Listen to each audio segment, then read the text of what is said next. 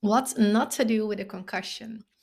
This is so hard in your recovery. It can be very challenging to continue doing all the things you used to do.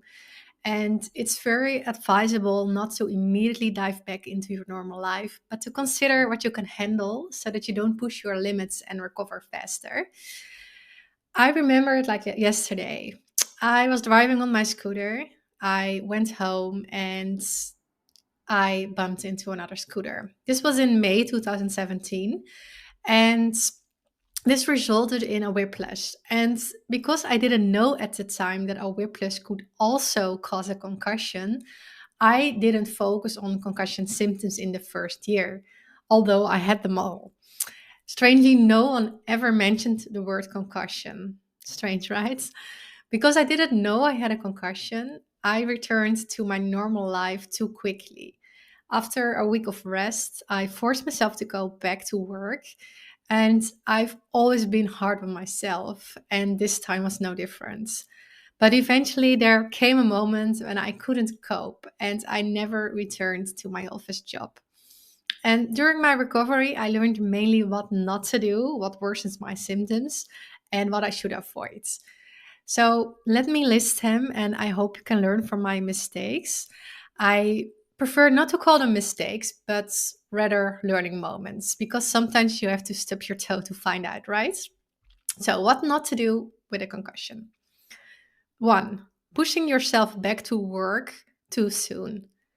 What I regret the most and what I shouldn't have done is returning to work too quickly. Pushing myself when my body said no. I see this happening too often among other concussion survivors. And it's entirely logical because we all want to get back to work and reclaim our normal lives, right? No one enjoys sitting at home doing nothing, especially when your body limits movement. So, what do? We tell ourselves not to complain, that it's better to go back to work because that's what the company doctor says, right? Don't stay away from your routine for too long. The return will only be more challenging, and so on. But deep down, you feel that going back is too much for you. Your mind says yes, but your body says no. Often the mind leads, causing a quick return to work, followed by the body, hindering progress. By pushing, you've only gone further away from home and certainly not forwards. This was my experience after pushing myself back to work for a year. And for what? Without health, you're nowhere. Two, engaging in the wrong sports. Before the accident, I exercised a lot, 4 to 5 times a week in the gym, mainly strength training. And I thought I could maintain this level after the accident because my doctor said exercise is good. Well, I was wrong. When you have a concussion, exercising is essential after the initial 48 hours of rest, but in a form that doesn't strain your body. I experienced many setbacks, and ultimately, I did more harm than good. After 2 years, I finally discovered the best form of exercise for a concussion: interval training. And if you want to know more about this, just scroll down. There is an episode about interval training, or you can find it on my website when you click on Boost program. You will find everything there. Then the third one, excessive screen time. As I mentioned earlier, returning to work too soon meant 8 hours of screen time per day at my office job.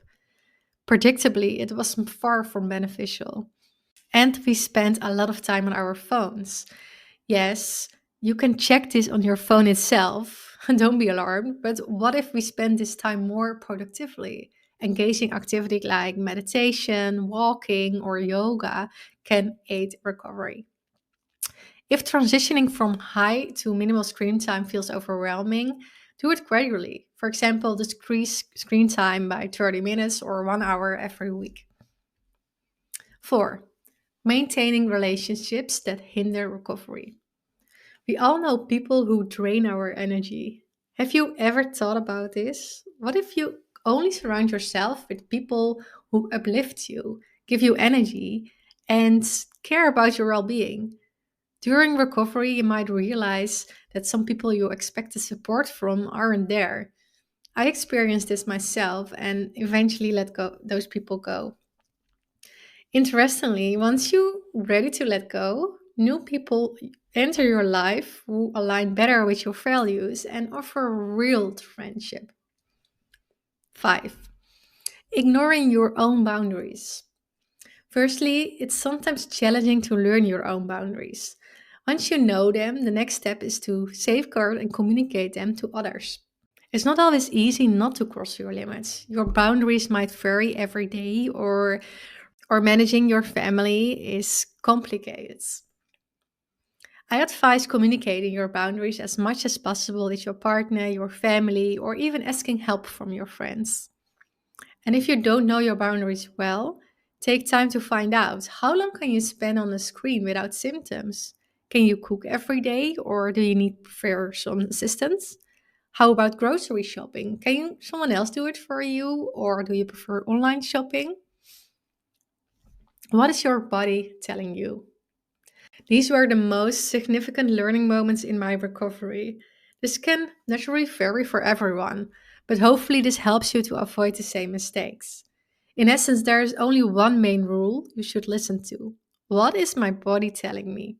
Listening to your body is crucial in recovery. You can do this.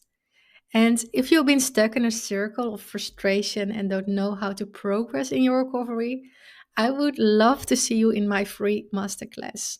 This masterclass is about the two proven methods to drastically reduce your symptoms by 50% within 3 months.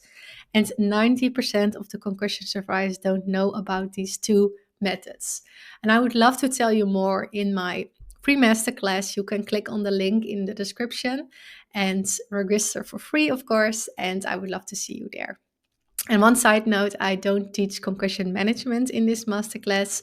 I teach people how to heal their concussion so they can go back to living their life. I hope to see you there and I wish you a nice day. Thank you for listening to my podcast. I really hope this was helpful for you.